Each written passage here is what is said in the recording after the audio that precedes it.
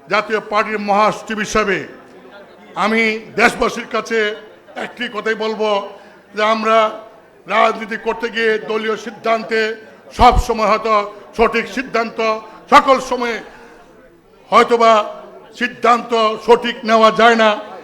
আমরা বিগত অনেকগুলো নির্বাচন করেছি, অনেক সময় অনেকে আমাদেরকে বিভিন্নভাবে কটূক্তি করেন, বিভিন্ন দলের সহযোগী বা স্বৈর সহযোগী হিসাবে আমাদেরকে আখ্যায়িত করেন। একটি কথাই বলবো, আমরা দলীয়ভাবে নির্বাচনে অংশগ্রহণ করে কোনো বেআইনি কাজ করি নাই। যদি নৈতিকভাবে কোনো ভুল হয়ে থাকে, যদি নৈতিকভাবে কোনো ভ্রান্তি হয়ে থাকে, তাহলে সেই জন্য আজকের দিনে এই কাউন্সিলে দাঁড়িয়ে জাতীয় পার্টির পক্ষ থেকে দেশবাসীর কাছে আমরা নিঃশর্ত ক্ষমা চাই এবং আমরা সকল রাজনৈতিক দলকে অনুরোধ করব, জাতীয় পার্টি একটি শান্তিপূর্ণ ভাবে রাজনীতি করার দল। জাতীয় পার্টি একটি আধুনিক গণতন্ত্র মানা মডার্ন ডেমোক্রেটিক পার্টি।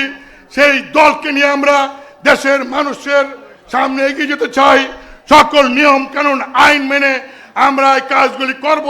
সেই জন্য বাংলাদেশের সকল রাজনৈতিক দল, সরকার সহ সবার কাছ থেকে সহযোগিতা চেয়ে আপনাদের সবাইকে ধন্যবাদ দিয়ে আমার বক্তব্য শেষ করছি।